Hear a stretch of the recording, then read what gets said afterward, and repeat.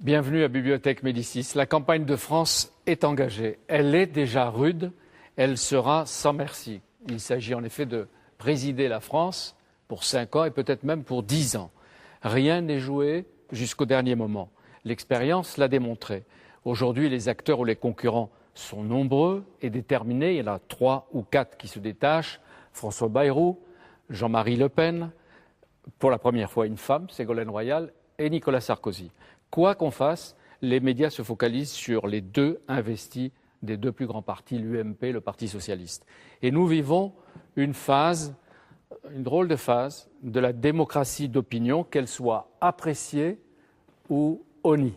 Alain Duhamel, vous, la démocratie d'opinion, vous ne la portez pas dans votre cœur. Non, je pense que c'est une régression démocratique. Moi, je crois à la démocratie de participation, je crois à la démocratie représentative, mais la démocratie d'opinion, c'est la valorisation de la réaction sur la réflexion.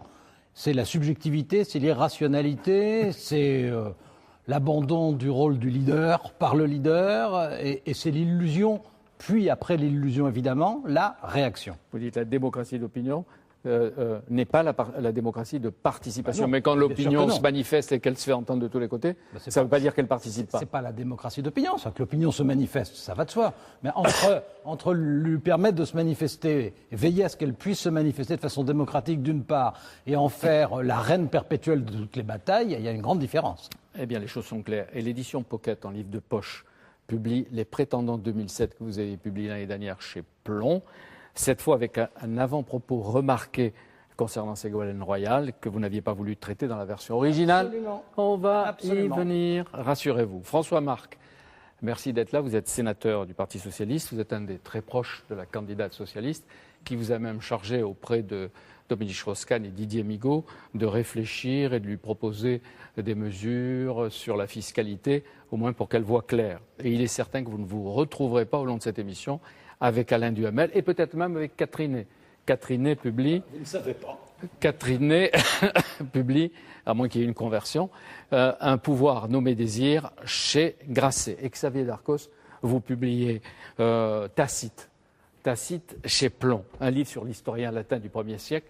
On se demande qu'est-ce qu'il vient faire aujourd'hui parmi nous, Tacite.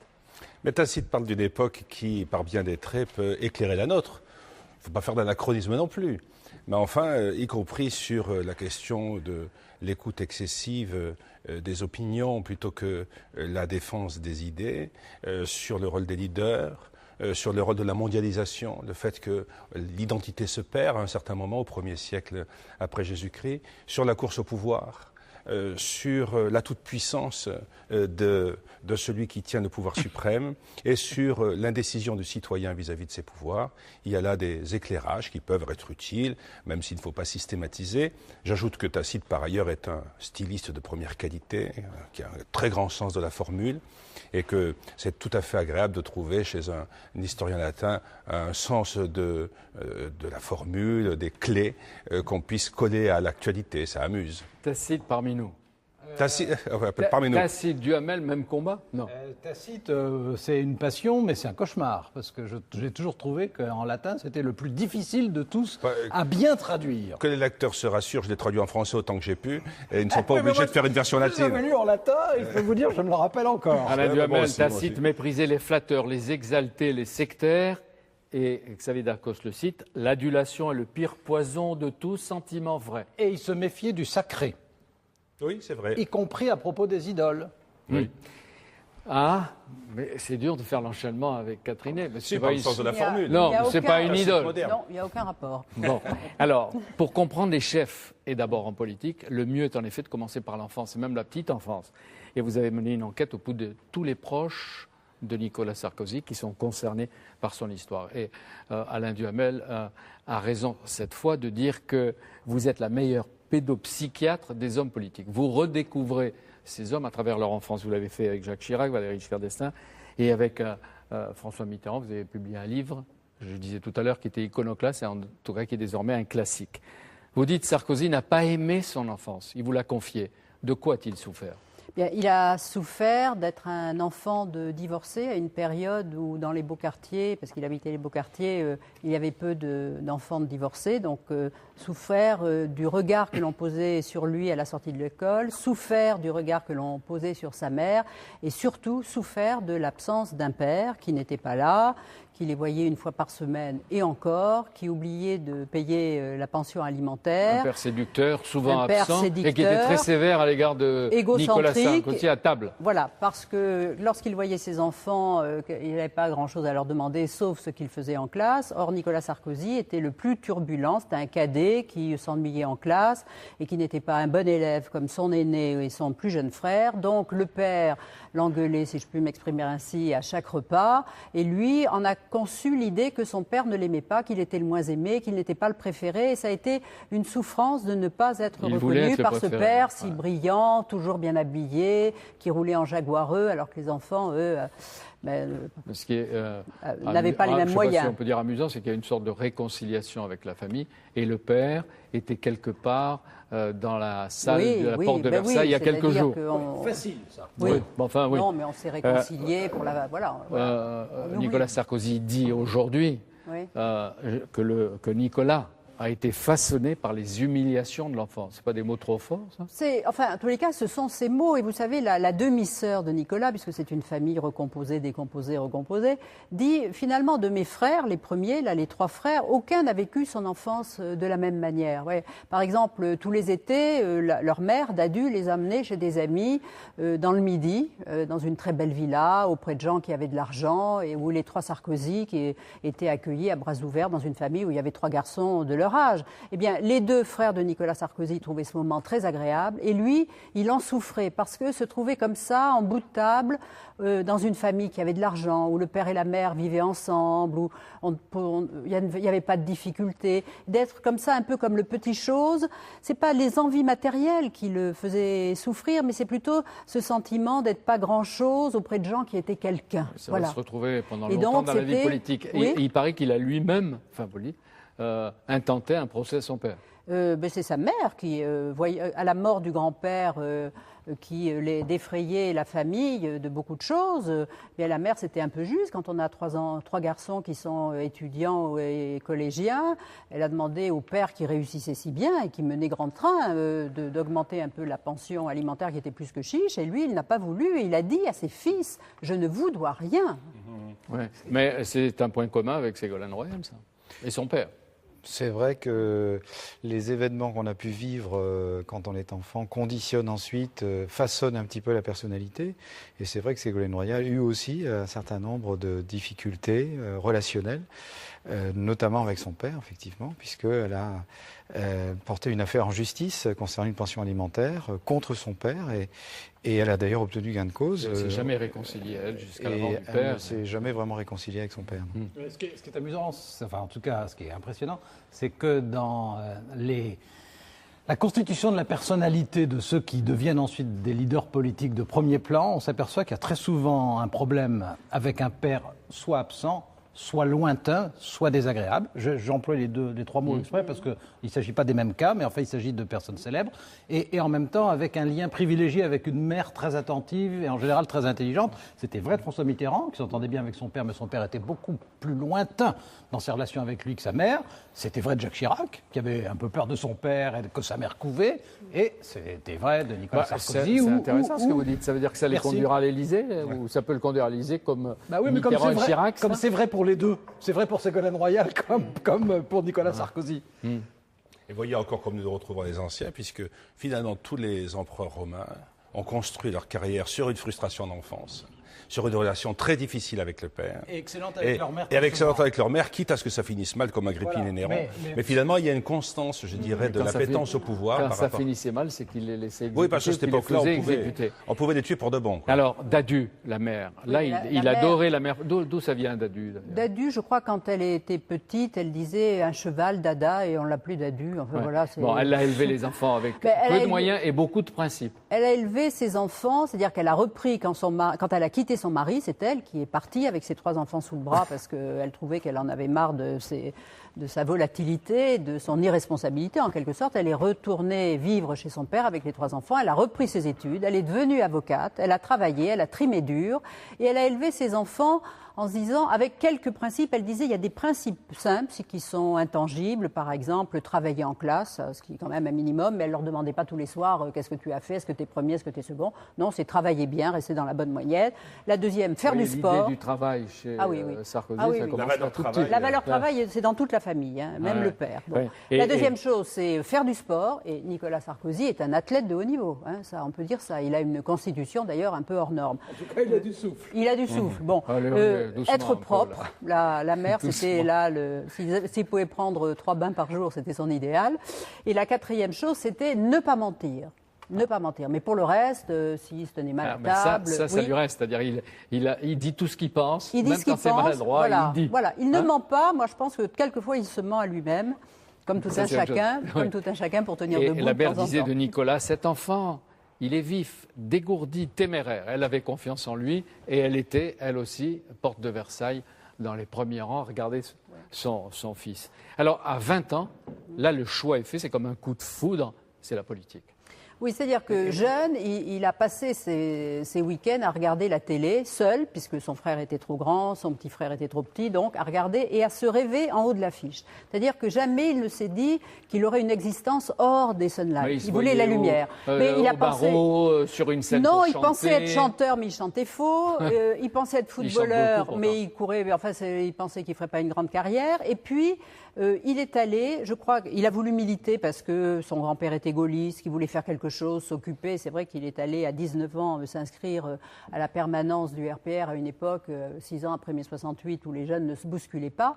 Mais c'est le meeting de Chaban qui a été un moment pour lui d'extase, parce qu'il a trouvé dans une salle où il y avait les rassemblements populaires, qui était le gaullisme, qui a été longtemps gaullisme, où se mélangeait à la fois toute la nomenclature à gaulliste, et il y avait Malraux ce jour-là, donc voilà, et puis des vedettes et des gens de toutes conditions, tout niveau, c'est-à-dire des beaux quartiers comme populaires. Et c'est cette communion collective qui l'a absolument embrassé. À Nice, il a fait un discours, et vous me racontiez tout à l'heure. C'était un an plus tard, ça. Oui, c'est un an plus tard. Oui. À Nice, il fait un discours, son premier discours, une sorte d'ivresse. Ah oui. Et vous me racontiez, parce que vous étiez là, Oui, je vous l'ai avez vu. dit quel culot ce gamin. Oui, mais je et en disais même déjà temps qu'il aussi avait quel écrit son talent. discours, Alain Duhamel, il avait écrit son discours sur la page et il retournait Oui, pour oui, le lire. oui, Oui, mais ça, c'est bien. C'est des vrais orateurs. Mais moi, ce qui me frappe et qui, je pense, le distingue et le différencie de beaucoup d'autres leaders de droite et de gauche, c'est qu'il a vraiment fait une carrière politique en partant de la base politique. C'est-à-dire qu'il a commencé par être le militant local de base qui collait les enveloppes, allait donner les tracts, faisait du porte-à-porte, et qu'il s'est fait contre sa hiérarchie. Alors que beaucoup ont commencé par faire l'ENA, puis immédiatement ont été dans un cabinet, et c'est vrai, je sais pas, Villepin par exemple, et puis ont eu des fonctions instantanées. Ségolène Royal, Lui, il a arraché pas à pas chacune de ses promotions. Et Voilà. ça, c'est un caractère Ça, spécial. c'est ce qui fait... oui. C'est presque communiste comme méthode. Je suis très frappé par ce que disait Catherine à propos de la vérité. Parce que finalement, est-ce qu'on peut faire une grande carrière en disant toujours la vérité ? Est-ce que c'est possible ? Et dans une certaine mesure, je pense qu'il y est arrivé. Qu'au fond, lorsqu'on regarde la continuité de son discours, de ses propos, depuis les premiers discours qu'il a prononcés lorsqu'il avait 20 ans, au fond, il n'a pas tellement dévié, il est resté lui-même. Mais on va voir si le candidat peut dire la vérité. Alors, c'est en effet une question, Catherine Nézet-Isma lui-même, ça c'est à voir, mais en tous les cas, il n'a pas renoncé. Mais pas de point de vue idéologique, hein. C'est pas ce que je voulais dire. Bien hein. entendu, j'ai bien compris. Ça, c'est une autre question. Alors. Mais je veux dire, cette espèce de détermination par rapport à sa conviction, qui a toujours été affirmée comme ça, et qui fait un peu exception, me semble-t-il, dans le paysage politique. Il a défini sa méthode avec une maxime, je crois que quelqu'un vous a soufflé, ça devait être de Non, Védian. c'est quand il était jeune, voilà. Je veux dire, quand je ne suis pas invité à dîner, j'arrive avec le repas et il est bien Je rare sonne je sonne, Il est bien rare qu'on ne me garde pas à dîner. Bon. c'est-à-dire il s'impose. Voilà, il s'impose, c'est-à-dire quand il y a un problème et qu'on ne lui pose pas de résoudre, on lui dit pas de résoudre ce problème, il arrive avec la solution et il s'impose. Par exemple, Jacques Chirac ne voulait pas qu'il soit député. Alors qu'il était déjà, en 88, alors qu'il était déjà conseiller général, conseiller régional, il est allé voir Pasqua, dont dépendait et maire, oui, dont dépendaient les investitures. Et il savait que s'il était élu, il fallait qu'il abandonne de mandat. Et il a dit à Charles Pasqua, si vous me donnez l'investiture, je vous passerai mon siège de conseil général. Comme ça vous permettra d'être présidente du conseil général des Hauts-de-Seine. Et Charles Pasqua, là, il l'a invité à dîner. Vous comprenez ? Voilà, c'est ça. Voilà. En fait, tout ce qu'il a obtenu, il l'a arraché. Oui. Tout. Simplement d'un mot, c'est vrai qu'il ne ment pas sur ses axes principaux. Il n'empêche que, comme tous les hommes politiques, de discours en discours, de meeting en meeting, et quelquefois à 2 semaines d'intervalle, il peut lui arriver de varier substantiellement sur des sujets importants, comme il l'a démontré récemment. Mais ça, c'est une variation, mais c'est pas un mensonge. Ce que je veux dire, c'est que il y a faut des pas non vérités plus. Non, mais il a des vertus, mais en même temps, il ne faut pas trop non plus le béatifier par rapport aux autres. Je ne dis d'ailleurs pas ça pour Catherine qui ne le fait pas dans son livre, mais il y a un peu en ce moment, comme on est dans la période d'après-congrès, etc., on est ébloui par la performance, on se dit il est formidable ce type, il dit la vérité, etc. Il bouge, le mensonge. Et il se contredit aussi. Mais par exemple, Jacques Chirac, je veux dire, même ceux qui l'aiment bien, comme Alain Juppé, disent toujours, mais il m'a menti tout le temps. Ah oui. Bon, il y a des menteurs qui sont... Il y a tout le monde. Connaître. Mais c'est parce que c'est sa vérité à lui, quoi. Il y a des gens qui... Il y a aussi une adaptation au principe de réalité. C'est que beaucoup des formules qui ont été retenues de Sarkozy, y compris d'ailleurs contre lui, ont été liées à une réaction à de l'actuel, à du vrai, à du concret, à de l'immédiat, à des problèmes qui se posaient à lui et qui l'a conduit à la vérité. Ça, c'est vrai de ses formules plutôt comme ministre de l'Intérieur. Oui. Quand il avait affaire à un drame et qu'il réagissait très fort. Assez courageusement. Quel est l'avis du sénateur PS François Marc? Monsieur Marc.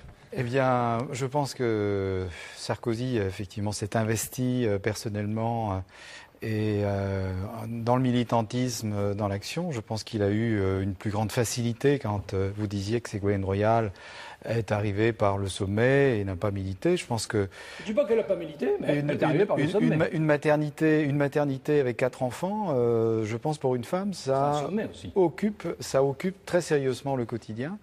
Et donc, on peut comprendre que le militantisme soit un peu plus atténué. Par contre, en ce qui concerne Nicolas Sarkozy, et pour rebondir sur ce qui a été évoqué à l'instant, je conçois qu'il y a une volonté chez Sarkozy de chercher à dire ce qu'il pense, et ça, on ne peut pas le nier. Il y a cette volonté de s'exprimer sur tous les sujets, de dire ce qu'on pense. Mais quand on voit les 4 ou 5 années passées et qu'on voit tout cet échange de propos avec des semi-vérités, des contre-vérités entre Jacques Chirac, Sarkozy, Villepin, imaginons l'affaire Clearstream, et personne aujourd'hui ne sait où c'est la vérité dans tout ça, qui a dit la vérité, qui s'exprime à raison, à tort. Bon. Et ensuite, dans les milieux politiques, vous n'êtes pas les uns les autres à l'abri de contradictions et de divisions et de tensions et de réconciliation dans le meilleur des cas et de rassemblement. On l'a vu à droite en ce moment, je ne sais pas si ça va durer, on le voit à gauche et je ne sais pas non plus si ça va durer. Sur Sarkozy, il y a d'abord Chirac est une idole et puis après c'est une sorte de combat. Il se mesure en permanence, au départ, il se hausse, où il essaie de se hausser à sa mesure et c'est chaque fois, tout ce qu'il fait c'est contre. On croirait que c'est avec, c'est contre ou face à Chirac. C'est-à-dire que longtemps, il a été un militant qui admirait beaucoup Jacques Chirac, son dynamisme, ses qualités. Il faut bien dire que sa méthode pour conquérir Neuilly, c'est Jacques Chirac sur le plateau de Millevaches. C'est une présence hors du commun et une dévotion aux habitants absolument quotidienne. Ça, il a vraiment copié. Sur Jacques Chirac. Mais peu à peu, il a surtout voulu faire sa carrière lui-même. Mais il n'a jamais été le fils gâté, non, choyé, jamais. chouchouté, promu. Parce que Jacques Chirac, vous le savez, met les gens dans les cases et ne les en sort plus. Or, pour Jacques Chirac, Nicolas Sarkozy, c'était le petit militant de Neuilly qui était plus malin que les autres, qui courait plus vite, qui rendait plus de services, à qui on pouvait tout demander, d'être là le matin à 6h du matin, d'être là le soir à minuit, qui disait toujours oui. Mais qu'est-ce qu'il faut qu'il fasse pour conquérir l'homme dont il cherche l'estime depuis le début? Écoutez, maintenant, c'est peut-être un peu tard. C'est peut-être un peu tard pour le demander. En tous les cas, il a obtenu, je veux dire, il est maintenant investi malgré Jacques Chirac. Il faut bien dire ce qui est. Oui. Est-ce que les relations vont se pacifier ou ont commencé Écoutez, à moi je pense s'apaiser? que Jacques Chirac n'a pas le choix, c'est pas le candidat qu'il aurait aimé. Son candidat aurait été Alain Juppé, mais il était autant plus son candidat que Alain Juppé, c'est pas est hors de course. Vous savez, on n'est jamais. C'est difficile de désigner un successeur, mais moi j'ai trouvé qu'au vœu, le président avait déjà pris son parti de partir parce qu'il affiche une sorte de comme ça, d'indifférence bienveillante et joyeuse. C'était François Mitterrand qui disait, ouais. quand on lui demandait qu'est-ce que c'est le pouvoir, il disait l'indifférence. Oui, mais voilà. Oui, bien sûr. Mais moi, je crois qu'il y a quelque chose de relativement... Mais il disait au bout de 13 ans, le pouvoir. Il y a quelque chose de relativement simple sur Jacques Chirac maintenant, dans la phase qui commence par rapport à Nicolas Sarkozy. S'il essaye de le gêner pendant la campagne, qu'est-ce qui restera comme image de Jacques Chirac? Celui qui s'est toujours opposé à tous les dirigeants de la droite. Si en revanche, il ne fait pas d'obstacle, a fortiori s'il lui donne un petit coup de pouce, ça sera celui qui peut-être aura eu un successeur. Mais oui, donc, c'est pas la même chose. Donc, vous imaginez qu'il ne le gênera pas. Et d'ailleurs, s'il est rationnel. pourquoi elle ne serait pas Parce que tout le monde n'est pas rationnel. Surtout en politique. Catherine, vous estimez que si Jacques Chirac, je ne sais pas si c'est une plaisanterie, avait voulu tuer Nicolas Sarkozy, il l'aurait nommé Premier ministre. Oui, et aujourd'hui, ce serait terminé. Oui, on peut dire ça. Il ne l'a pas voulu parce qu'il n'en voulait pas, parce qu'il n'avait pas confiance, parce que voilà. Donc, il y a une façon de croire en lui. Oui, mais écoutez, c'est pas ce qu'il cherchait. C'est pas ce qu'il cherchait, mais on en arrive à cette conclusion. Mais l'opération a été réussie avec M. de Villepin, finalement, alors. On peut dire ça. C'est ce qu'il ne croit pas, parce qu'elle dit qu'il est tapis dans l'ombre, Oui. il attend son heure, etc. Bon, on ne va pas s'attarder, mais vous racontez en détail un déjeuner qui lui a permis, lui, de grandir et de changer, avec le seul homme qui lui a vraiment donné des responsabilités, c'est Édouard Balladur, et qui espérait être le dernier Premier ministre de François Mitterrand. Ce jour-là, entre la poire et le cigare, il lui a arraché des ministères, du budget, de la communication. Et je ne peux pas m'empêcher l'envie de citer Catherine. Édouard et Nicolas se sont trouvés. Le premier aime qu'on l'aime, et encore plus qu'on l'admire, et qu'on le lui dise. Le second n'est pas avare de compliments. Flatter l'encolure des plus anciens, leur passer de la pommade est un exercice qui n'a plus de secret pour lui. On croirait un peu tacite, non? Merci, tacite. Oui, voilà, très bien. Vous voyez. Mais est-ce que vous croyez que la politique s'explique par la psychologie personnelle? Est-ce qu'il n'y a pas la dimension sociale? Est-ce qu'il n'y a pas l'environnement? Est-ce qu'il n'y a pas l'économie? Est-ce qu'il n'y a pas la stratégie? Qu'est-ce qui fait c'est le caractère et le caractère, il se forge dans l'enfance. Je veux dire, ça c'est évident. Et surtout, pour abonder dans le sens de Catherine, à l'intérieur d'une famille politique qui donc a les mêmes bases sociales par principe, qui a les mêmes grandes options, en tout cas sinon sur tous les points, évidemment ce qui fait la différence, c'est le caractère, c'est l'envie, c'est la disponibilité, puis c'est le talent. C'est tacite, Xavier Darcos, et vous le citez, on assassine toujours un prince en pensant que le suivant sera meilleur et qu'il rompra la série noire. Votre Tacite ruine cette espérance. Il dit viennent alors d'autres hommes, et là c'est les mêmes mœurs. Hein? Oui, d'autres hommes plutôt que d'autres mœurs. Ouais. Il dit aussi que lorsqu'on veut vraiment le pouvoir, il n'y a pas de milieu entre les sommets et les précipices. Oui. Et vous dites, le désir de dominer, dit Tacite, est une passion dévorante qui étouffe tout sentiment. Mais apparemment pour Nicolas Sarkozy, non, parce qu'il lui a fait des confidences à Catherine. Donc il est le pouvoir. Oui, c'est ça. Mais il est en route vers le moment où l'ami de M. François-Marc l'arrêtera, Ségolène Royal, ou elle ne l'arrêtera pas, mais Le moment où le peuple se prononcera. Où le peuple se prononcera. Ils sont tous. quand même à l'avis du peuple. Et est-ce que vous ne trouvez pas, les uns les autres, que chacun des deux ou trois protagonistes, si on peut ajouter François Bayrou, etc. Il faut en ajouter d'autres. Oui, on parlait de François Bayrou tout à l'heure, Jean-Marie Le Pen, tous ceux qui ont des chances de faire des scores dans leur rencontre avec le peuple ont une sorte de tremblement interne et de peur en même temps que de solitude, non? Je veux dire, le fait d'être devant je crois que ce que devant vous dites est tout à fait vrai, non, chez ceux qui sont vraiment démocrates. Et s'il n'y a pas ce tremblement devant le suffrage universel et devant les réactions du peuple, je pense que c'est une absence de sens démocratique. Ouais. C'est le trac aussi, tout simplement. Qu'est-ce qu'il faut affronter? Le trac, c'est très bien, mais enfin, le trac, il y a aussi des gens qui ont beaucoup mais d'assurance c'est cette idée et de qu'en dehors confiance. du suffrage universel, il n'y a rien qu'eux-mêmes fassent. Non, mais là, on voit bien que Nicolas Sarkozy, là, depuis la rentrée de septembre, il est plus le même. Il sent qu'il est dans ce couloir de solitude où le débouché, c'est l'ouverture vers le peuple. C'est sa demande en mariage. Il demande la France en mariage. Là. Je pense que la campagne électorale pour être président de la République nécessite effectivement qu'il y ait un certain conditionnement psychologique, qu'on se mette en situation progressivement. Mais je pense aussi que l'exercice du pouvoir est un révélateur et quand on voit l'exercice du pouvoir de François Mitterrand ou même de Jacques Chirac, on s'aperçoit que ce qu'on pensait au moment de l'élection ne se concrétise pas forcément après dans la façon dont le pouvoir est exercé. Ça a été vrai de Mitterrand, dont beaucoup doutaient avant la prise de pouvoir. Ça peut se faire dans les deux sens, parce que ce qui m'a frappé, moi, dans la fin du discours de Nicolas Sarkozy dimanche, c'est plutôt l'inverse, c'est de dire maintenant, je ne suis plus le candidat simplement d'un parti, je suis obligé d'aller vers un destin. C'est plutôt, au fond, l'idée de Thomas Becket, ce jeune voyou, copain de roi d'Angleterre, qu'une fois qu'il est primat d'Angleterre, devient un saint, un vrai primat. Et peut-être que peut-être pas ça. Non, je n'espère pas ça. Mais dans cette métamorphose, elle peut se faire dans ce sens-là aussi, c'est-à-dire finalement épouser la fonction et essayer de la mener assez bien. Et j'ai trouvé que c'est ce qu'il disait à la fin de son discours. François Marc. Pardon. Oui, il y a un autre élément, je pense, qui me vient à l'esprit, c'est qu'on évoquait tout à l'heure la relation entre Jacques Chirac et Nicolas Sarkozy et la façon dont les choses s'étaient passées ces derniers mois.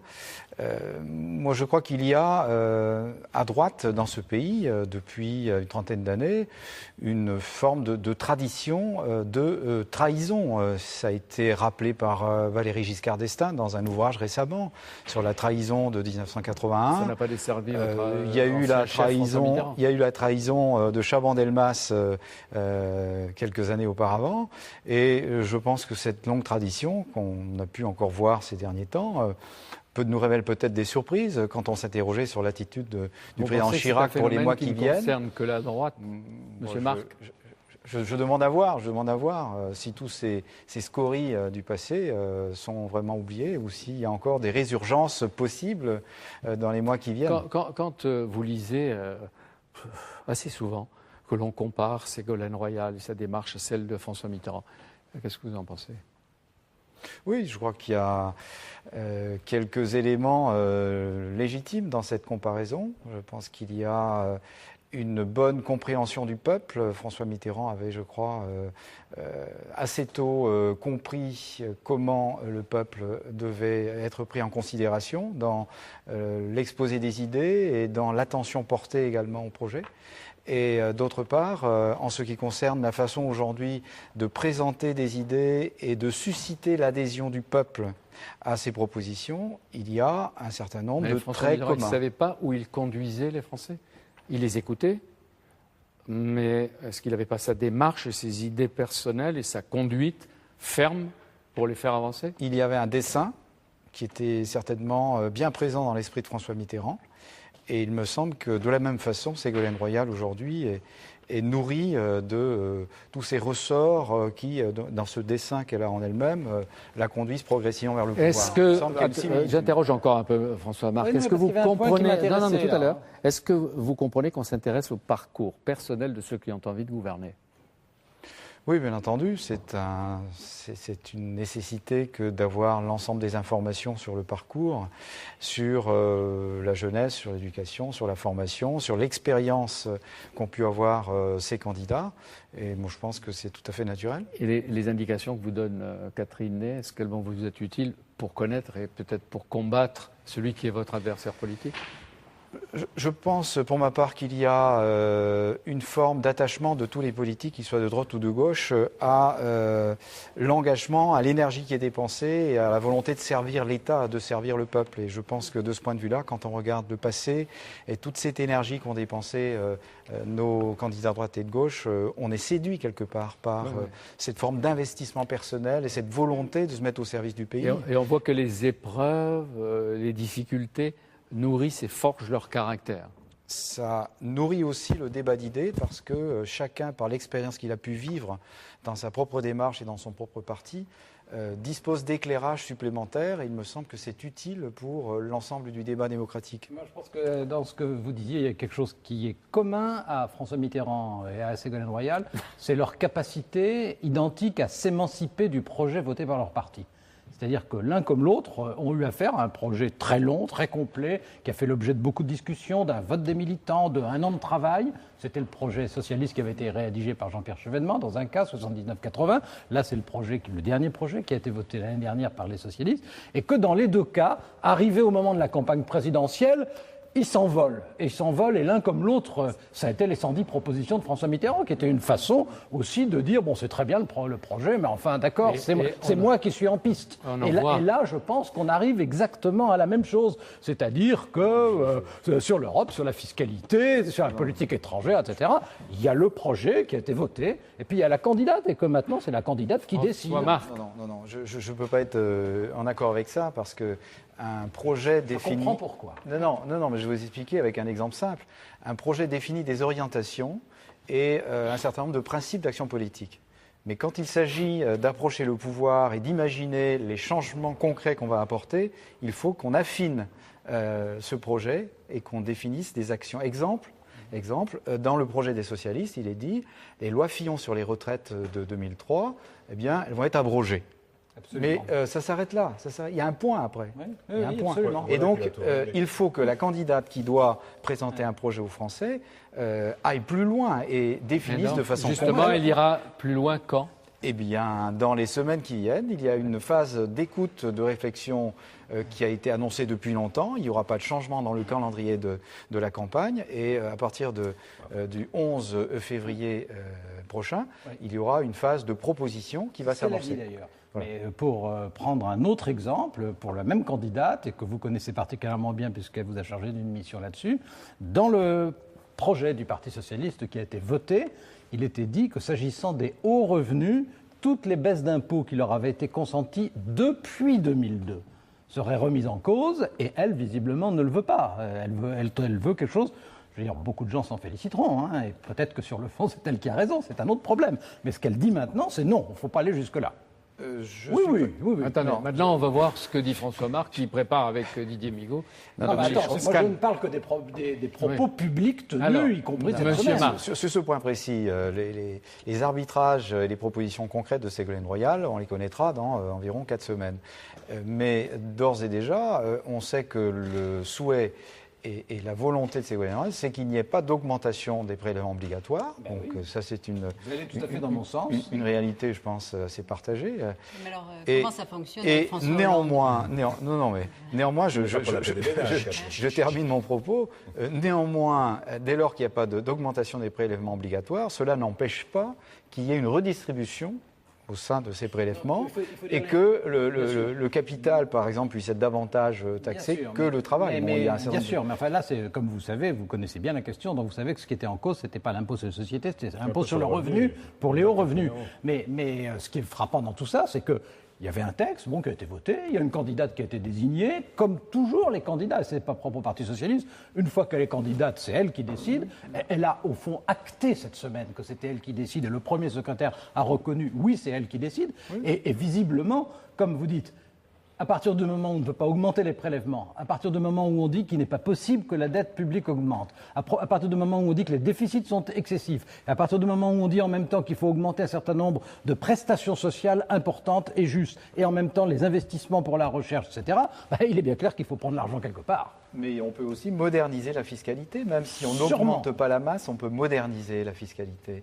Et l'une des préoccupations majeures aujourd'hui à laquelle il est demandé de répondre à ces quelques personnes qui ont été désignées, c'est de mettre en perspective 3 ou 4 actions très déterminantes pour réformer cette fiscalité, la rendre plus juste. Et je pense en cela à la fiscalité locale, la taxe d'habitation, tout le monde sait que ce n'est pas juste aujourd'hui. Dans d'autres circonstances, des débats sur la fiscalité. Mais est-ce que vous croyez que la période que vous traversez, c'est une période claire pour vous ? Totalement clair dans la mesure où le calendrier de la campagne a été arrêté par Ségolène Royal au lendemain de vous attendiez cette investiture. montée et ces propositions venues du premier secrétaire, le compagnon ? C'est une proposition qui en vaut une autre, qui sera étudiée, examinée. D'accord, mais ça c'est la langue de bois. Non, ici, on a essayé de prendre l'exemple même de Tacite, la vérité pour les hommes politiques. Est-ce qu'il n'y a pas un passage à vide autour de Ségolène, et des confusions dans les rôles, un creux, quoi. Je pense qu'il ne faut pas regarder la mousse autour de l'événement. Il y a une démarche d'une candidate qui est légitime, qui est désignée, qui a annoncé qu'elle donnerait ses propositions concrètes dans quelques semaines. Ce sera fait. Et qui va s'alimenter à la lumière des réflexions qui ont été menées, des propositions des uns et des autres. Alors, il se trouve... À 2 mois de l'élection, on va fixer la ligne. La ligne est fixée. Ouais. L'objectif est défini, le projet est voté. Alors, après, il faut mettre en musique. Et pour mettre en musique, il faut s'alimenter à partir de la réflexion menée par les uns et les autres. François Hollande est effectivement le compagnon de Ségolène Royal. Il est le premier secrétaire, donc ce qu'il dit a une résonance particulière.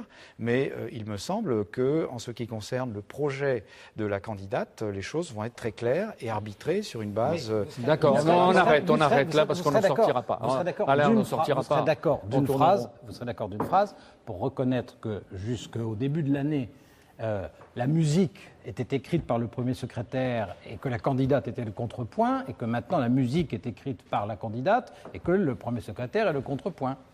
Non, je pense que le projet est collectif. François Hollande est le premier secrétaire. Il a valorisé ce projet collectif qui a été voté par les militants. Et la candidate, qui est aussi une candidate légitime, elle a à le mettre en musique, à définir les actions précises. D'accord. Voilà. On décroche un peu là. L'essentiel, c'est qu'ils s'y retrouvent tous les deux. Voilà. Mais je pense qu'il n'y a pas de problème. Ce qui sera intéressant un jour, c'est qu'il y a un document ou un roman sur l'histoire des deux. Comme sur Catherine a commencé. Alors l'épreuve, il n'y a pas de comparaison, mais l'épreuve la plus cruelle pour Nicolas Sarkozy, elle a été personnelle et elle s'est déroulée sous nos yeux, sous les yeux de tous. C'est Cécilia. Le coup de foudre, la passion. Aujourd'hui, elle est présente, elle est omniactive, mais elle est beaucoup plus discrète. Vous l'appelez l'essentiel. Mais c'est lui qui dit qu'elle est essentielle dans sa vie et qu'elle est son point fixe et qu'elle est à la fois sa muse, son coach, sa fierté, parce qu'il est tombé amoureux dès qu'il l'a vue, parce que voilà, il s'est dit voilà, c'est la femme de mes rêves. Elle est la femme qu'il aime et c'est un homme qui a dépassé son amour-propre pour ne dire publiquement que son amour pour elle. Et ça, je veux dire, c'est assez beau, c'est pas tendance, c'est... Vous l'avez raconté, en particulier cette année 2005, qui était une année horrible, terrible. Vous l'avez raconté avec beaucoup de délicatesse et de tact. C'était pas trop difficile à faire, ça parce que, C'était difficile, c'est-à-dire que, vous voyez, on est aujourd'hui dans le siècle de l'impudeur. Je veux dire, quand j'ai fait la biographie de Mitterrand, je savais très bien qu'il avait une fille et qu'il menait une vie personnelle plus que libre. Je mettais mon point d'honneur à ne pas en parler. Bon, là, c'est différent. Tout le monde raconte à la télévision ses ennuis conjugaux et même pire, et ses ennuis de santé. Bon, là, il se trouve que l'histoire de Cécilia... Ils ont prêté le flanc. Oui. Et puis, je veux dire, Paris Match, ça existait. Comment on ne pouvait pas ne pas raconter. Où en est-il sorti? Vous avez dit depuis le mois de septembre dernier. Parce qu'ils se sont retrouvés pendant l'été. Est-ce qu'il est sorti renforcé, plus humain, moins humain, plus tolérant? Vous l'avez écouté. Je ne sais pas, la porcelaine est cassée. Non, je ne parle pas dans les relations, mais lui. Il en est sorti plus humain. Voilà. Oui. Je crois qu'il a compris que, voilà, lui, il avait basé sa vie sur quelque chose de stable. Il lui est arrivé une chose qu'il ne pouvait imaginer. Donc, si ça lui arrivait, d'abord, il a dit, elle avait peut-être tort, mais moi aussi. Oui. Et vraiment, il a fait son examen de conscience. Mais c'est extraordinaire qu'un homme politique qui veut être l'homme qui dirige la France, l'homme d'État, et dit ce qu'il y a de plus noble dans une vie, c'est le sentiment, c'est l'amour. Oui. Bien sûr, l'amour plus le pouvoir, c'est peut-être mieux. Mais l'amour, qu'on le reconnaisse, c'est plutôt rare, n'est-ce pas? Il y a cette évidence que les hommes politiques, comme les autres hommes, mais surtout les hommes politiques, ce sont d'abord des caractères, des psychologies, des sentiments, des relations autrui, des épreuves, une vie, et que c'est ce qui les forge. Et moi, évidemment, je ne sais rien des relations entre Nicolas Sarkozy et Cécilia, mais je suis frappé, comme le dit Catherine, par la volonté de Nicolas de reconquérir la femme qu'il aime, quitte à passer par des épreuves, même passer par une période extrêmement difficile sur le plan moral pour lui. Ça explique, c'est une des raisons de la métamorphose. Alors, votre livre, Catherine, contient des révélations. Grâce à des confidences, vous avez sans doute puisé aux meilleures sources. Je crois que vous avez vu les frères, la mère, toute la famille, les amis, les plus proches, Bernadette Chirac, Cécilia, etc. Est-ce que cette biographie a reçu, avant ou après la publication, l'assentiment de l'inspirateur du livre? Non mais est-ce que vous croyez... D'abord, c'est pas lui qui m'a demandé de faire ce livre. À partir du moment où je lui ai dit je voudrais faire une biographie, il n'a pas mis de bâton dans les roues. Mais est-ce que vous croyez qu'on passe 2 ans avec un homme, soit quand je faisais la biographie de Mitterrand pour me dire mais qu'est-ce que je vais faire pour le démolir, et celui-là, qu'est-ce que je vais faire pour l'encenser? C'est pas du tout ça. Quand on fait une biographie, on chemine, on voit un homme dans toute sa vérité, à la fois avec ses immenses qualités, ses immenses défauts, et on raconte. Est-ce que vous terminez avec plus de sympathie que vous n'avez commencé, autant Je veux dire, c'est quelqu'un pour qui, je veux dire, on a forcément de la sympathie pour quelqu'un avec qui on vit pendant 2 ans. Mais je veux dire, moi je suis passée par tous les sentiments. Tantôt je disais quand même, mais c'est formidable, je l'admirais. Il y avait des fois où je disais, je suis pas d'accord. Il y avait des fois où je me suis dit, mais quel imbécile, pourquoi il dit des trucs comme ça? On passe par tous les sentiments, vous comprenez? Voilà. Et j'espère que mon livre traduit justement ces sentiments contrastés. Et moi je me rappelle François Mitterrand arrivant dans la salle de rédaction d'Europe 1 assez peu de temps après que Catherine ait publié sa biographie, et après les 7 Mitterrand. Et disant à voix haute, voilà la terrible Madame Ney, puis me prenant par le bras et me disant, elle est quand même drôlement maligne. Oui, c'est très bien comme hommage. Un homme bien informé. Oui, Alain Duhamel, dans votre livre...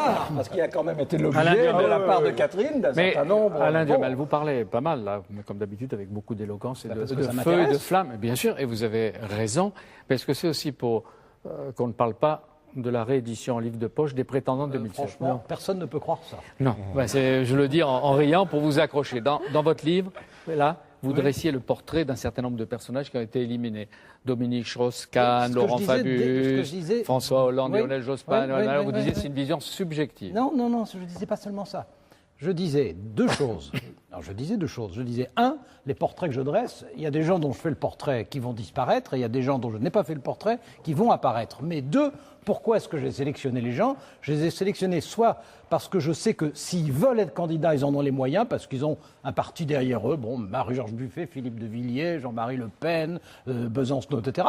Soit parce que, autre critère, et c'est celui-là qui est subjectif, soit parce que moi, je considérais que même s'ils n'étaient pas sûrs de pouvoir être candidats, j'étais moins sûr qu'ils en avaient l'envergure. Bon, alors, il y en a un. Type François Hollande, par exemple, dont je pensais qu'il avait l'envergure. Dominique Strauss-Kahn, dont je pensais qu'il avait l'envergure. Et évidemment, Lionel Jospin. Le débat les a écartés. François Bayrou, lui, il résiste, il a comme un roc de son pays, il a une sacrée trempe, il se débrouille bien. Et vous le disiez. C'était le thème de mon portrait à son sujet. Voilà. C'était un rocher, ce qui n'est pas l'image du centriste. François Mitterrand disait, lui, il ira loin, il peut faire partie des grands. Mais alors là, Ségolène Royal ne figurait pas dans votre livre, les prétendants. Non, dans 3 paragraphes. Dans l'édition, il vaut mieux pas les rappeler. Dans l'édition de poche. Dans l'édition de poche. Mais non, d'accord. C'est ce que vous dites. Vous faites une sorte de mea culpa, je ne sais pas. On peut le dire à Non. Mais non, jamais. Duhamel ne fera un mea culpa. Je dis, c'est objectivement une erreur de ne pas avoir choisi. Et ce serait une faute de recommencer. Absolument. Bon, mais j'ajoute pas mal de choses. Bon. Eh bien, justement, on va voir lesquelles, parce que vous êtes un obstiné. D'abord, vous lui trouvez des qualités. Vous dites qu'elle a un don d'empathie, l'art de la manœuvre. Et vous dites... beaucoup d'intuition politique et le sens du moment. Notez, M. Marc, parce que très rare. Elle instrumentalise Ségolène Royal comme personne, ce qui scintille et ce qui brille, la candidate au miroir. C'est-à-dire ? Non, la candidate au miroir, c'est pas parce qu'elle scintille que j'appelle ça la candidate au miroir. La candidate au miroir, là, c'est à cause de la démocratie d'opinion. La candidate au miroir, c'est parce que c'est quelqu'un qui a fait le calcul, mais calcul qui est pas du tout idiot, calcul dont je pense tout à fait que ça peut la mener à l'Élysée. Donc, c'est pas du tout une façon de la rabaisser. Mais c'est un calcul que moi, je désapprouve, et qui est de dire la meilleure façon d'être élu, c'est de dire ce que les Français ont envie qu'on leur dise. Moi, ma théorie, c'est que la façon la plus élevé d'être élu, c'est d'expliquer aux gens ce qu'on veut faire, pourquoi on veut le faire et d'arriver à les convaincre. Ça, c'était Mitterrand, par exemple. Oui, mais vous dites que c'est un populisme léger, c'est pas rien de dire ça. Non, c'est pas rien, mais vous savez, quand j'écris les choses, en règle générale, j'essaie de mesurer le poids des mots. Même quand vous avez tort. Vous avez le droit de ne pas être d'accord avec moi, ça signifie pas forcément que vous avez raison, que j'ai tort. Bon, mais alors, c'est un populisme léger, c'est pourquoi ? Parce que c'est ça, c'est une forme de démocratie d'opinion. Elle contourne son parti, vous dites... C'est parce qu'elle va en permanence, mais elle le dit d'ailleurs, donc c'est pas simplement moi qui le dis, elle le dit, elle va en permanence au-devant de l'opinion. Elle veut d'abord que ce soit l'opinion qui s'exprime, et c'est à partir de l'opinion qu'ensuite elle veut, mais elle le dit, donc c'est pas une invention, que c'est à partir de l'opinion qu'elle échafaude ses réponses. Bon, François Mitterrand, c'était pas ça. Il avait ses réponses, il l'exposait à l'opinion et il finissait vous dites par les c'est une convaincre. candidate. Vous allez le rendre malade, M. Marc, et ses amis. Vous Il dites aime c'est peut-être beaucoup Mitterrand. Non, mais je ne parle pas de ça. Parce que la comparaison peut être à la limite une imposture. Mais J'ai candidate. pas dit ça non plus. Non, c'est moi qui le dis. Candidate chambre d'écho. Oui, chambre d'écho. C'est-à-dire qu'elle a l'écoute des gens, et je dis au passage que, soit dit en passant, elle écoute mieux les gens que la plupart de ceux qui sont candidats à l'élection présidentielle. Donc elle écoute les gens, elle rassemble leurs réactions, mais elle le dit, je veux dire, c'est son fonctionnement, alors on ne peut pas le nier non plus, et que c'est à partir de ça qu'elle échafaude ses idées, ce qui explique pourquoi, sur beaucoup de sujets, au fond, on sait ce que sont ses préférences, on sait ce que sont ses impressions, on sait ce que sont ses sentiments, mais que, contrairement à Dominique Strauss-Kahn, contrairement à François Hollande, contrairement à Lionel Jospin, contrairement évidemment à François Mitterrand, on n'a pas sa réponse. D'ailleurs, la preuve, elle est simple. Hein, la preuve, elle avait annoncé, pour dire ce qu'elle pensait, un livre au printemps dernier. Et puis à l'automne dernier, et puis au début de cette année, et puis maintenant. Bon, bah, on en est toujours à deux chapitres. On peut ajouter qu'elle ne pensait pas rappeler aussi vite Dominique Strauss-Kahn et qu'elle a rappelé pour une mission d'expert avec François Marc. Ce dont je me félicite. Vous prenez le risque de vous tromper, vous avez assez de courage pour le. Oui, la vie. Mais est-ce que vous. Mais cela dit, je ne prends pas le risque en l'occurrence de me tromper, puisque je dis qu'elle peut être élue. Ouais, non. C'est-à-dire, malgré vos avertissements. Vous jouez sur tous les tableaux. Malgré vos avertissements, elle peut gagner. Mais bien sûr. Bon. Mais si elle est plus populaire. Attends, un mot encore. Oui. Et Alain Duhamel, vous prévoyez qu'en cas de sa victoire, vous ne vous tromperiez pas longtemps. Ah oui, alors ça c'est vrai, ça c'est plus dur. Ça ne m'étonne pas que vous le souligniez. Ce que je redoute effectivement, ce que je redoute effectivement, c'est que, parce qu'on a parlé, et vous m'avez fait parler de ses qualités, bon, elle a aussi des défauts et des limites sur beaucoup de sujets, et je crois aussi des idées fausses, certaines choses, puis des idées très justes sur d'autres. Hein. Je pense que tout ce qu'elle raconte à propos de la famille, de l'autorité, de l'ordre, etc., moi je trouve qu'elle a tout à fait raison. Mais il y a d'autres sujets sur lesquels je ne suis pas d'accord avec elle. Et ce que je redoute, c'est que je pense qu'elle a de bonnes chances d'être élue, disons aujourd'hui une chance sur deux. Hein, c'est énorme, une chance sur deux à 3 mois de l'élection. Mais que les défauts qu'elle a, si elle est élue, c'est que les gens ne l'auront pas vu avant. En tout cas, aujourd'hui, elle séduit les jeunes, les élus, les femmes, pas toutes. Mais non, mais attendez, vous simplifiez quand vous dites ça. Moi, je passe mon temps, beaucoup plus que vous, à regarder de près toutes les histoires électorales, tous les sondages, etc. Bon, on ne peut pas dire elle séduit tous les jeunes, elle séduit toutes les femmes, elle séduit tous les élus. Non, j'ai pas dit tous les jeunes. Mais non, mais il faut prendre les différents candidats. Elle a évidemment un pouvoir de séduction. Alors, une remarque de Catherine et puis François Marc. Mais Alain qui parlait de Dominique Strauss-Kahn, François Hollande, Lionel Jospin, qui étaient vraiment des gens de valeur et qui le sont sûrement. Mais moi, je crois que le Parti socialiste était en vraie crise de leadership, qu'aucun de ceux-là ne sortait du lot finalement, que les militants n'en voulaient plus, qu'ils en avaient vraiment ras-le-bol de ces trois-là, et ils ont choisi cette femme parce que c'était justement parce qu'il y avait cette crise de leadership. Voilà. Choisi, et ensuite les militants et pas l'inverse. Mais je veux dire, quand un parti va très mal, c'est comme un syndicat, quand on a élu Nicole Notat, c'est parce qu'il y avait vraiment une crise dans un parti. Il fallait vraiment qu'il y ait une crise au Parti socialiste. Parlez, parce que sinon vous dites qu'il dira qu'il y a une autre profondeur chez Nicole Notat. Non, mais pour qu'ils choisissent. Je l'ai pensé. Mais est-ce que tout ça... Je l'ai compris. Est-ce que ce n'est pas tout ça aussi notre leçon qu'elle a reçue de François Mitterrand, c'est-à-dire qu'on ne sort de l'ambiguïté qu'à ses propres dépens? Est-ce que dans cette idée de dire je vais savoir ce que je pense en demandant l'avis de tout le monde, est-ce que ce n'est pas une façon de différer au fond la manière de s'exposer, d'être un système attrape-tout, flou, et qui finalement est très risqué? Oui, mais là, ça suffit, là, l'UMP. Non, je pense vraiment. Non, parce que maintenant, François Marc, qui travaille avec elle, qui doit être dans tous ces comités de je sais pas quoi, de réflexion, d'action, de stratégie, allez-y. J'ai des choses très simples à dire à M. Duhamel. Je vais dire tout d'abord que je suis presque d'accord avec lui sur la description qu'il fait du mode de fonctionnement, sur la démocratie participative, sur l'écoute et sur l'attention portée aux attentes des uns et des autres. autres. Par contre, je suis en désaccord sur l'utilisation ensuite qui va en être faite au niveau de la démarche politique. Et ce qui caractérise Ségolène Royal, c'est qu'elle pose son diagnostic sur 2 points. Le premier, c'est que la France va mal. Et que le vote extrémiste s'accroît et qu'on annonce aujourd'hui un vote Le Pen très haut. Donc c'est qu'il y a un problème quelque part. Il y a un problème. La France va mal, je suis d'accord avec vous. Donc il y a quelque part aujourd'hui une grosse difficulté. Donc comment aborder cette difficulté? Est-ce que l'écoute n'est pas un des premiers éléments? Sans doute que si. Et le deuxième aspect quant au diagnostic qu'elle fait, c'est qu'au quotidien aujourd'hui, les gens ont le sentiment que en aucune façon leurs préoccupations sont prises en compte par les politiques. Et on l'a vu avec les expériences récentes du gouvernement Villepin sur le CPE, où les gens ont dit, ben voilà, c'est encore la preuve. C'est pas moi qui vous dirai le contraire sur Villepin. On ne tient aucun compte de ce que les gens souhaitent voir mis en œuvre.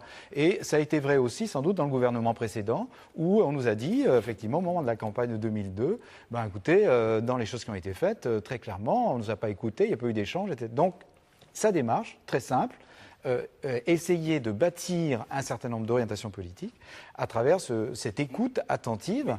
Et ensuite, au niveau de la mise en œuvre, essayer d'être en phase avec ses attentes. Donc, c'est une stratégie itérative qui peut, je pense, porter des fruits. Moi, je vais même plus loin que vous, dans la même direction, même si ça peut vous étonner. Il est très possible que la méthode qu'elle utilise, là, qui n'est pas banale, qui en plus est assez théorisée chez elle, il est très possible que cette méthode, d'abord, d'une part, corresponde effectivement au climat actuel d'une France inquiète sur elle-même, ça c'est très possible, et d'autre part c'est peut-être aussi puisqu'il y a des emprunts aux techniques électorales de Tony Blair, c'est peut-être après tout quelque chose qui est une forme plus moderne de rapport entre le candidat et les électeurs. Donc je ne sous-estime pas ce que ça représente. Ce que je dis, qui est tout à fait différent, c'est que ça m'inquiète. Et si je dis que ça m'inquiète, c'est parce que je sais très bien ce que pensent François Hollande ou Dominique Strauss-Kahn ou Lionel Jospin sur tous les sujets dont je me dis ils dépendent du futur président. Et là, je le sais ce qu'ils pensent. Et quand je me pose la même question sur Ségolène Royal, je ne le sais jamais. Or, je lis tout ce qui la concerne.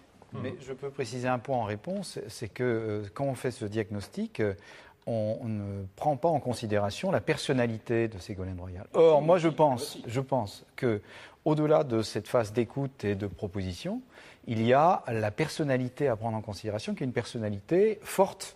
Et moi, j'ai confiance personnellement dans cette capacité à tenir les rênes.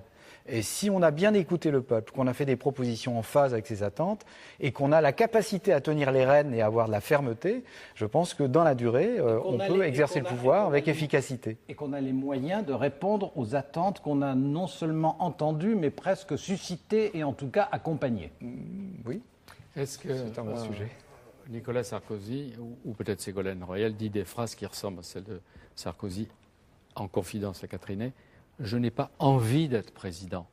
Je dois être présidente. Désormais, ce n'est plus le plaisir, c'est un devoir. Oui, parce qu'il sait que le pouvoir est triste. Ouais, c'est une belle phrase. Oui, je pense que c'est vrai chez ces deux candidats-là, certainement. Ça isole le pouvoir. Volonté, vous le remarquez.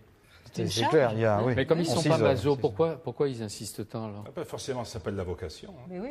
On est appelé, on n'est plus maître de soi et on sait très bien à quoi on Nicolas s'expose. Sarkozy dit, moi j'ai cette boule au fond de moi, je ne Voilà. m'explique pas, c'est comme ça, je dirais. D'ailleurs, tous ceux qui veulent bien gouverner la France, je crois qu'il faudrait leur baiser les pieds, hein, parce que je veux dire, il y en a peu qui veulent... Et François Bayrou aussi l'a dit. Et pour revenir à Tacite, il faut avoir en soi...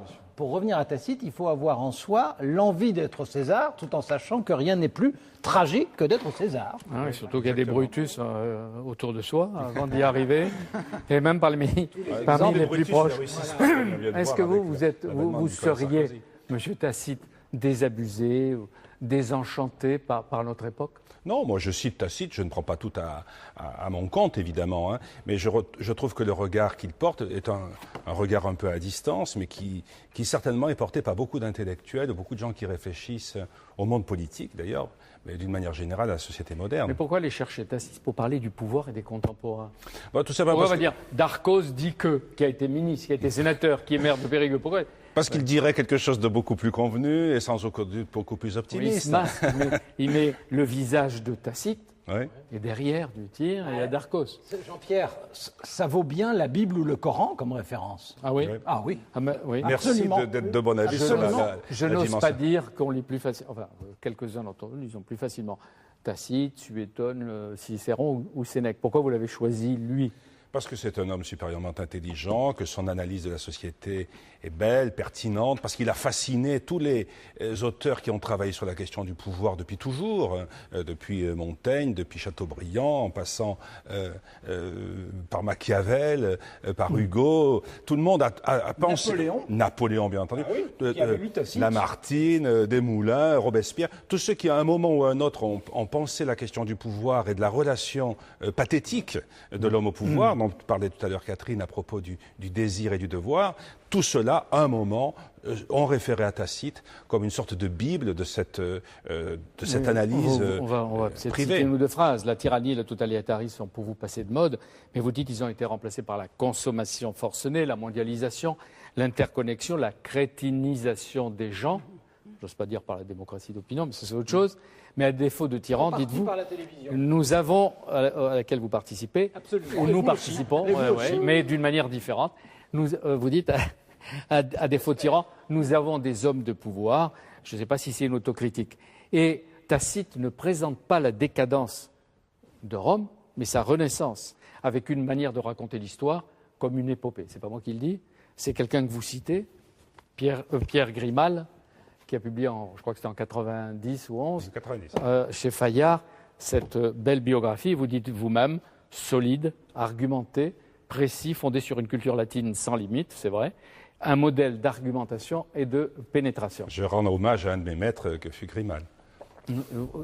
Vous pourriez nous faire une version latine là, ou je pourrais traduire un peu de Tacite, je l'ai enseigné pendant de nombreuses années. Mais surtout, je trouve que ce qui est intéressant chez Tacite, c'est qu'un certain nombre de questions qu'il pose dans les termes de son époque sont aujourd'hui omniprésents. Je pense en particulier à ce que vous appelez la mondialisation, ce qu'on appelle la mondialisation, mais qui est aussi tout simplement aussi la mixité, l'immigration. Comment rester soi-même lorsqu'une société change sous vos yeux, qu'elle intègre des gens nouveaux, des cultures nouvelles, des mœurs nouvelles, des origines et qu'il faut des métissages ou des brassages. Comment tout cela va s'organiser. Tacite avait bien le sentiment que c'était à la fois très nécessaire et que c'était un apport très riche, mais il avait aussi le sentiment que c'était un risque de déclin. Il analyse les deux aspects. La relation du citoyen au pouvoir. Faut-il se mettre à distance du pouvoir? Faut-il essayer d'être proche de lui? Faut-il être un flatteur ou faut-il être un opposant? Et donc ça pose la question de l'intellectuel dans sa relation au pouvoir. Donc finalement, toutes ces questions, et je pense aussi à la relation du citoyen ou de l'individu au jeu, à la dépendance par rapport aux avantages économiques, le pain et les jeux, ce mélange de ludique et de brutalité que Tacite analyse à son époque, on le retrouve aujourd'hui. Donc, il ne s'agit pas à tout prix de vouloir dire que Tacite parle de nous, mais je dis que beaucoup de questions qui se posent à nous, sur lesquelles nous sommes un petit peu dans la difficulté de discerner le vrai du faux, Tacite nous donne des éclairages et des formules qui nous stimulent, qui nous aident à penser. Alain Duhamel, Pocket, Les Prétendants 2007, et il y a la photo de Ségolène, cette fois-ci. Oui, parce qu'elle y est. Elle y est. Il y a la biographie de Catherine Ney, Un pouvoir nommé désir, chez Grasset. Mais ce qui est extraordinaire, c'est presque en même temps, il y a 3 autres biographies qui sortent. Edwige Chevrillon, Sarkozy Connexion, Hachette Littérature, avec un S. Nicolas Sarkozy, William Emmanuel, qui est un journaliste de Reuters, La fringale du pouvoir. Flammarion, Enquête. Michael Darmon, journaliste de France 2, La vraie nature de Nicolas Sarkozy, au Seuil. Est-ce que, mesdames, messieurs, vous concluez par un appel à l'engagement? Parce que vous citez, encore une fois Tacite, et vous dites « D'autres Néron prospèrent aujourd'hui ». D'abord, à qui vous pensez? Au passage, dites à qui? Bon, d'autres Néron prospèrent. C'est assez facile d'en trouver de nombreux. D'autres Tacites nous sont nécessaires. Je reprends une phrase de Lamartine, qui dit cela, et de Chateaubriand, qui disent que parce qu'il y a des Néron, on a besoin de Tacite. Alors je ne me prends pas pour Tacite, mais je pense que la relecture de Tacite est assez utile lorsqu'on est dans des périodes comme les nôtres où la pression sur l'opinion, l'ostentation du pouvoir, parfois estomaque un peu le citoyen qui ne sait plus très bien ce qu'il faut en penser. C'est une invitation à être résistant. Un Tacite, un Chateaubriand, comment il faut vous appeler? Duhamel, Alain Duhamel. Et votre avant-propos est dans l'excellente revue de Jean-Claude Casanova, d'inspiration Raymond Aron. Oui, c'est Raymond Aron, le fondateur. Commentaire, bien sûr, commentaire. Vous êtes tous nécessaires aussi pour nous aider, je vous rassure, Xavier Darcos, à comprendre notre temps et les acteurs qui rêvent de construire l'avenir des Français, notre avenir, pour nous et avec nous. Merci d'avoir participé à Bibliothèque Médicis. C'est une émission réalisée chaque semaine par Philippe Lallemand, préparée par Anne-Marie Moreau, avec Françoise Malanti, Marie-Madeleine Rigopoulos, Céline Mévélec. L'émission reprend chaque semaine en traitant de tous les sujets qui alimentent la réflexion et même la décision. Merci à vous tous. Merci et à bientôt.